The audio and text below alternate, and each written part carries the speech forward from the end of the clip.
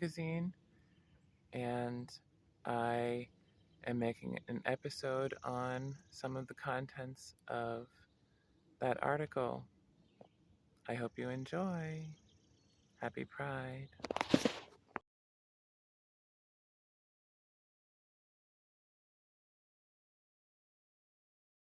For Pride Month, I wanted to do a segment on these different various topics and what I feel resonantly about them.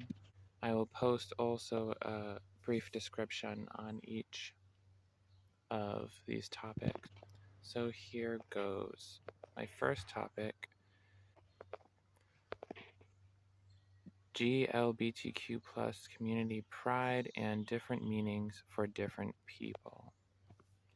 So as we all have different meanings and interpretations for different things, I feel pride also has different meanings to different people, and there's different sub-communities within the GLBTQ plus community, and they all have different meanings for these said topics.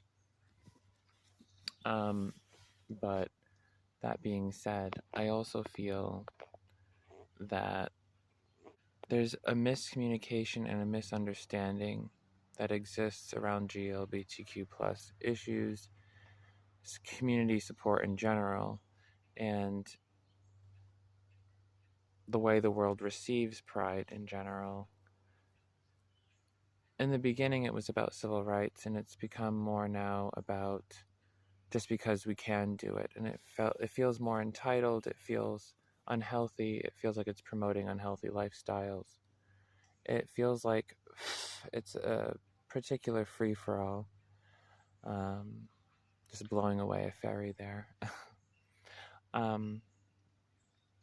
And I feel like it's not in coherence or a oneness with who we really feel we are anymore. I feel like it's sort of gotten ahead of itself, and it's gotten me very political, interesting.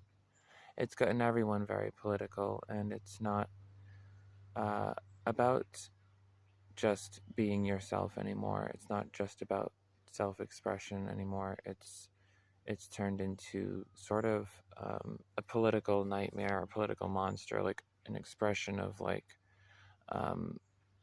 ego, an expression of politics, and an expression about things that I don't really feel is in alignment with anyone. And I'll post that information here.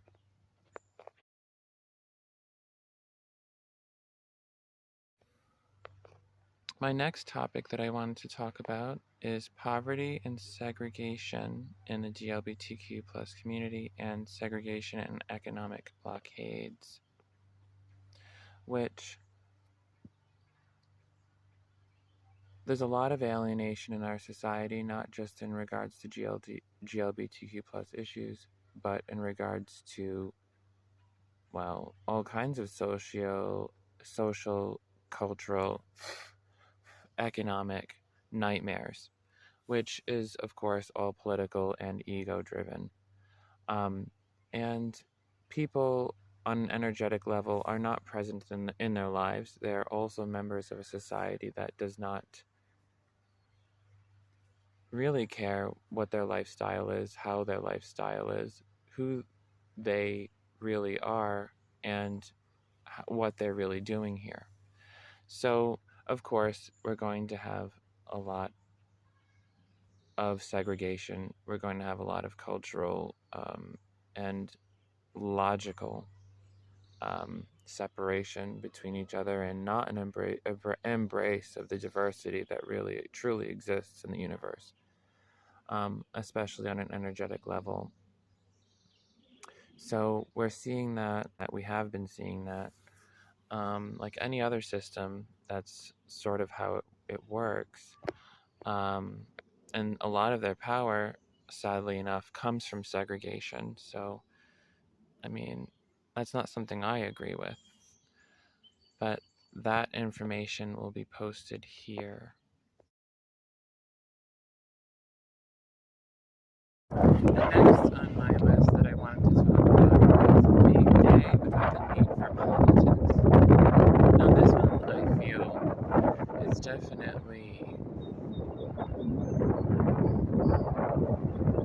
awareness, a presence of your actual self.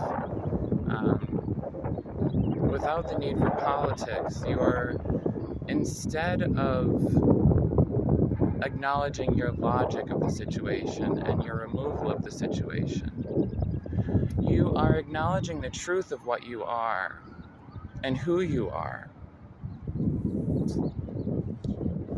And that information will be posted here. The next topic I wanted to post, and lastly, is the power of drag and self-expression in our community.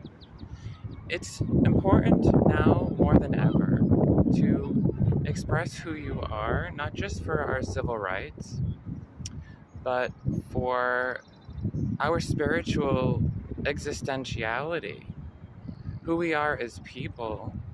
If we're not expressing that, it's telling our nervous system it's not safe to be who we are.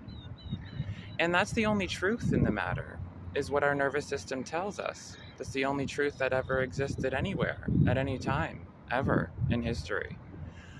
So when we aren't being honest with ourselves, we're not being honest with anyone else.